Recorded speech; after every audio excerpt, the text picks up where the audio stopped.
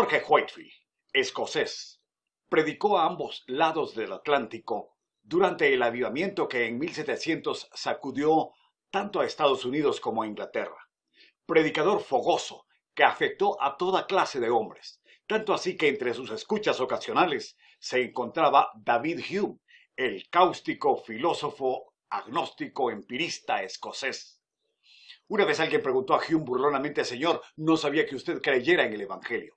Y Hume respondió: no, yo no, pero Whitefield sí. Whitefield creía en la Biblia y usó su enorme capacidad oratoria para sacudir al mundo. Eso es un avivamiento, y sucede cuando los predicadores creen la palabra de Dios. Sus oyentes se persuaden a actuar por principios y por eso deciden reformar su vida de manera profunda. No basta con ser llamado el pueblo de un libro. Se requiere que cada vez que ese libro se abre, algo ocurra en la iglesia, en las instituciones, en las familias y en el país. Algo sucede en su vida y en su entorno. Y si esto no sucede, ¿qué derecho tenemos de llamarnos el pueblo de un libro?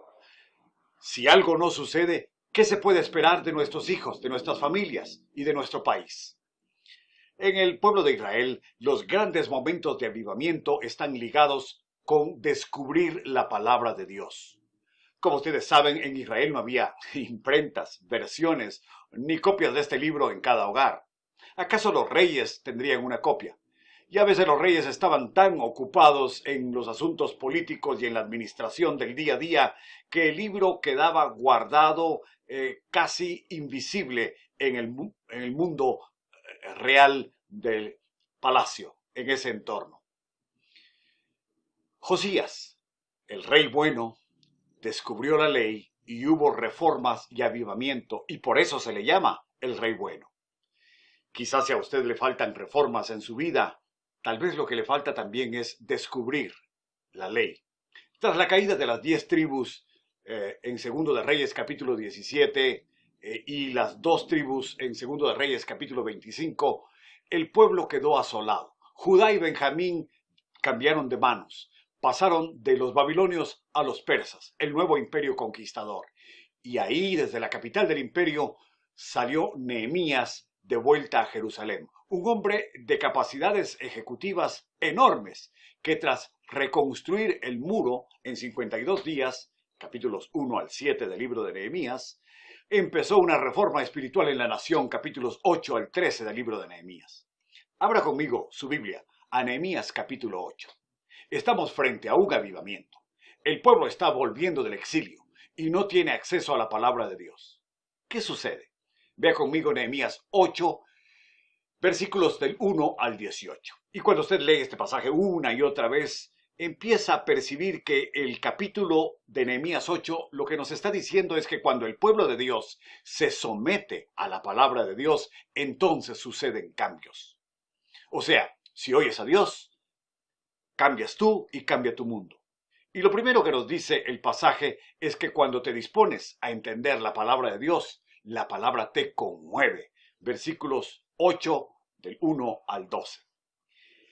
El pueblo quiere primero atender la palabra de Dios, versículos 1 al 3. Fíjese que dije atender, no entender. Mire el progreso. Primero, todo el pueblo decide darle atención a la palabra de Dios. La figura como un solo hombre nos da la idea de una inquietud colectiva. Es lo que en ciencias políticas se llama el interés nacional. Gente que va con una consigna, una demanda, una urgencia. El pueblo le pidió a Esdras que trajese la ley, que se abra el libro, que se le deje hablar a Dios. Queremos oír la voz de Dios. Vea el capítulo 8, versículo 2 de Nehemías. Esdras trae la ley. Y estaban ahí todos los que podían poner atención. O sea, desde el más chico hasta el más grande. ¿Y qué mes era este? El séptimo. Esto significa a mediados de septiembre aproximadamente. Y esta es la primera lectura de la ley. Pero luego tenemos que darle atención a la palabra. Y eso puede requerir, como dice aquí, permanencia voluntaria. Mire el versículo 3. Dice que desde el amanecer hasta el mediodía. Algunas otras versiones dicen desde el alba hasta el mediodía. pasaron leyendo o escuchando la lectura pública de la Biblia. Algunos podemos usar 4 horas o más frente a la televisión, 3 horas en un estadio, 2 horas en una película, pero eso sí, no más de 1 hora o 2 horas en la iglesia. Pero aquí se nos habla de levantarse temprano y dedicar atención concentrada por varias horas a la palabra de Dios. En el siglo XVI y XVII, tras 5 generaciones de puritanos en Estados Unidos, había más o menos un medio millón de personas. A estas 5 generaciones les predicaron aproximadamente 5 millones de mensajes en 170 años, es decir, entre 1600 y 1776. Es decir, el puritano promedio escuchó más de 7,000 mensajes, aproximadamente unas 15,000 horas escuchando la palabra de Dios a lo largo de su vida. El domingo, el pastor predicaba 2 horas y después del mensaje, un miembro de la congregación respondía por 1 hora más al mensaje. Eso se llama darle atención a la palabra. No solo se atiende la palabra, además es necesario entenderla. Y de eso nos hablan los versículos 4 al 6. Mire usted, no hubo pérdida de atención. No hubo gente que entrara en el movimiento de rotación y empezara a dormirse. Ni siquiera hubo quienes entraran en el movimiento de traslación y empezaran a irse. Y nosotros decimos, qué largo el servicio devocional. Y luego la escuela dominical. ¿Qué se creen estos hermanos? ¿Que uno es cristiano o qué? ¿Cómo me hacen llegar a la iglesia a las 9 de la madrugada? Ahora, mire el progreso del que le hablaba.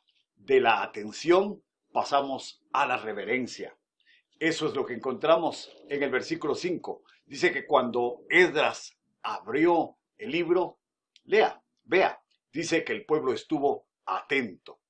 Otras versiones dicen que el pueblo estuvo de pie. ¿Por qué? Porque reverenciamos al rey. Venimos a escuchar al gran rey. Durante la Edad Media se acostumbraba oír a los maestros de pie, mientras el maestro enseñaba sentado.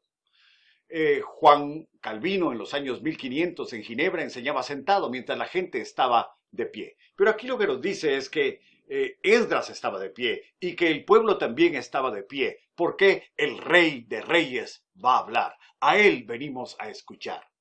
Vea la respuesta del pueblo en el versículo 6. Dice que Esdras bendijo al Señor y ellos alzaron las manos al cielo.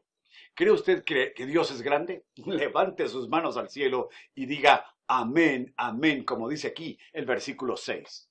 Y luego dice que se humillaron y se inclinaron a tierra en señal de adoración. Pero la palabra no solo convence, la palabra no solo se atiende, la palabra también se entiende. Y el pueblo fue sacudido por el convencimiento de la palabra. Mire los versículos 7 al 12. Esta es la tercera fase. No solo atención reverente, sino aún contrición. Queremos responder a la palabra de Dios, primero hay que entenderla. Versículos 7 y 8. Dice que los levitas leían y explicaban. La palabra hacían entender significaba aclarar, interpretar. Y aún podríamos decir que esa palabra significa traducir. ¿Por qué traducir? Porque se requería traducir del hebreo de la Torá al arameo que hablaba la generación que vivió en el exilio. No hay aquí técnicas motivacionales para sostener la atención, no hay un mensaje que endulce el oído de la gente, no hay señales sensacionalistas o promesas de prosperidad. Es que, hermanos, hoy con buena intención, pero con gran desacierto, podemos usar el púlpito para toda clase de propósitos no necesariamente bíblicos. Podemos usarlo para entretener, podemos usarlo para divertir. Hay gente que promete el camino fácil, el dinero, la felicidad, el pare de sufrir evangélico, el control sobre la incertidumbre, una serie de falsedades y podrá ser muy buena la seducción, pero ese no es el camino de la cruz. Sin embargo, ahí va la gente. Como dice el dicho, tienen comezón de oír, dijo Pablo, a que les rasquen el oído. Pablo, como buen predicador decía, yo no vengo a predicar para que me reconozcan, vengo a predicar para que Dios sea honrado. Esto me hace recordar a un viejito predicador que yo escuché hace muchos años que decía, yo no quiero dar charlas porque no quiero que digan que soy un charlatán. La raíz de las palabras podrá cambiar, pero ¿qué prefiere usted? ¿La palabra o que le cuenten cuentos? Y eso se escoge también cuando usted elige una iglesia. Muy cierto es que no todos los predicadores somos artistas ni estrellas, ni tenemos todos un carisma deslumbrante. Pero saben que sí tenemos, hermanos, la palabra de Dios. Y si usted se prepara con toda seriedad y tomamos eso con toda responsabilidad, Dios se manifestará al predicar. No tenemos la intención de deslumbrar, sino de alumbrar con la palabra de Dios. Y yo veo a Esdras y a los levitas aquí explicando la ley. Es una simple lectura y explicación de la palabra de Dios. Y ello produce resultados, no por el predicador, sino por la disposición de la gente, por el Espíritu de Dios. Y mire el resultado que se encuentra aquí en el capítulo 8, versículos 9 al 12. Y le leo, dice, y Nehemías el gobernador y el sacerdote Esdras, escriba, y los levitas que hacían entender al pueblo, dijeron a todo el pueblo, día santo es a Jehová nuestro Dios, no os entristezcáis, ni lloréis, porque todo el pueblo lloraba oyendo la palabra de la ley. Luego les dijo, id, comed grosura y bebed vino dulce, y enviad porciones a los que no tienen nada preparado, porque día santo es a nuestro Señor.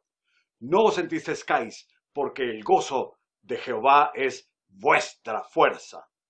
Los levitas pues hacían callar a todo el pueblo, decían, callad, porque es día santo, y no os entristezcáis.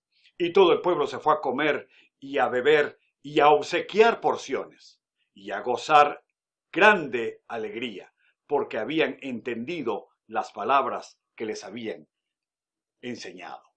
En otras palabras, lo que trajo gozo aquel día fue la comprensión de la lectura de la palabra de Dios, de la enseñanza.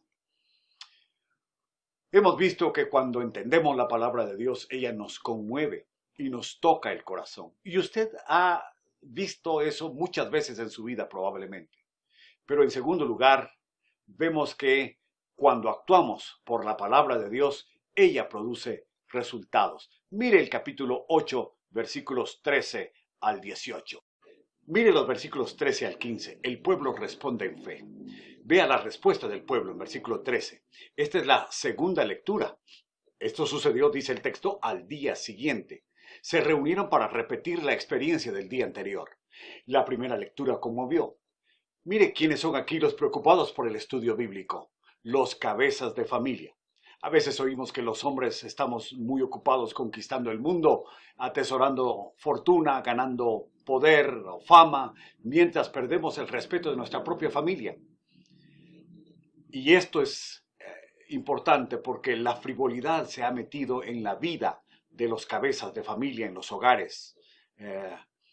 No solo en los hogares donde hay dos padres, sino aún en los hogares monoparentales de papá o de mamá.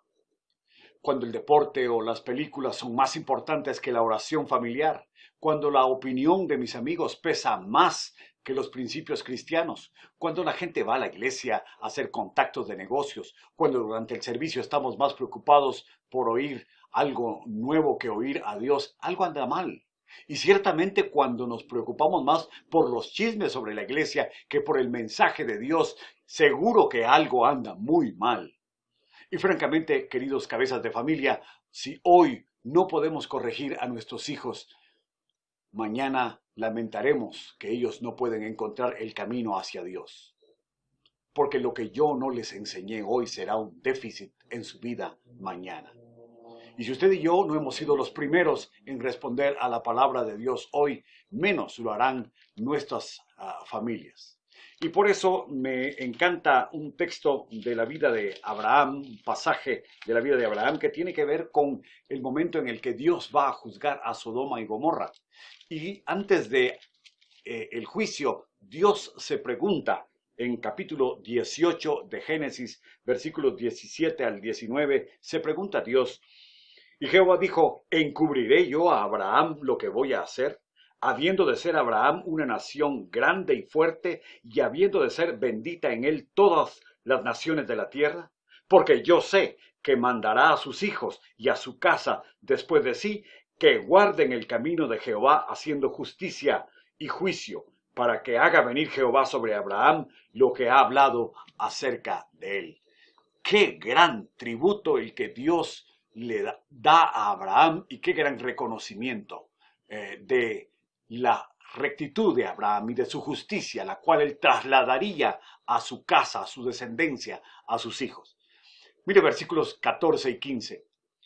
¿Qué descubrió el pueblo en su lectura? Bueno, descubrieron la fiesta de los tabernáculos, que dice aquí el texto que no se celebraba desde los días de Josué. ¿Sabe qué sucede con nuestro déficit de obediencia? No hacemos porque no conocemos. Y no conocemos porque no leemos o no descubrimos. Aquí el pueblo descubrió la fiesta de los tabernáculos. Pero mire qué gran final. Versículos 16 al 18. El pueblo obedece espontáneamente. Lea los versículos 16 al 18. De lo leído pasaron a lo actuado. Respondieron con fe sencilla, profunda, definida. Ellos dicen, si la ley dice que se haga, yo lo creo y yo lo hago. Algunos de nosotros nos sentimos demasiado inteligentes para ese tipo de espontaneidad. Somos demasiado informados o creemos que ya superamos esa etapa. Yo soy religioso, pero no fanático, podría decir alguno, con los boletos de avión en el bolsillo para ir a ver el clásico. Pero aquí de la teoría pasaron a la práctica. Y eso me hace recordar la obediencia de los niños. En una familia se cuenta que había 5 niños pequeños, y un día que mamá no los oía hacer ruido, le pareció sospechoso. Y cuando los niños no hacen ruido, es sospechoso, hay que ir a ver qué pasa.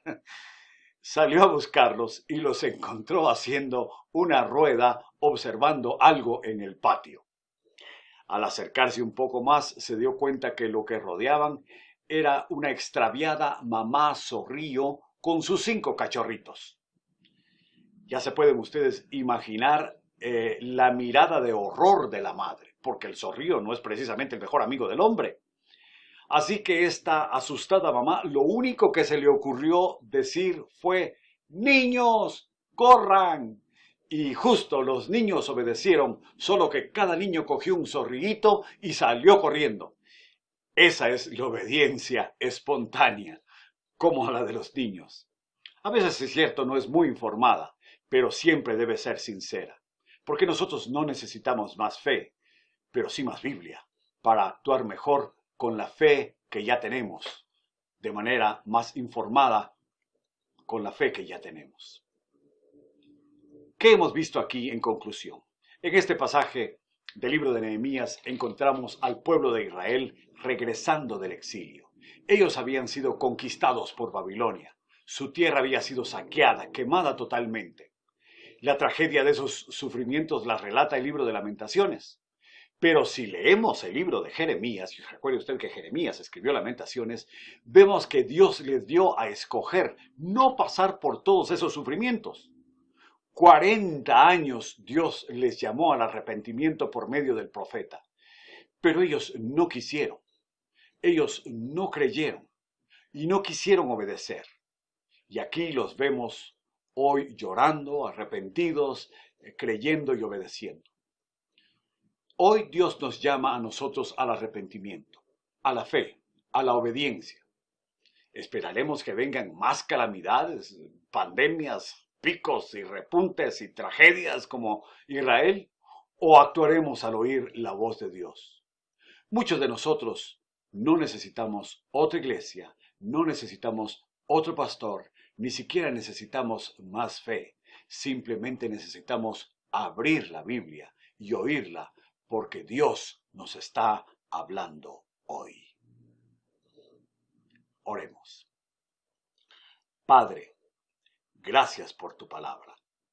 Gracias por moldear a tu Hijo en nosotros por medio de ella. En el nombre de Jesús. Amén.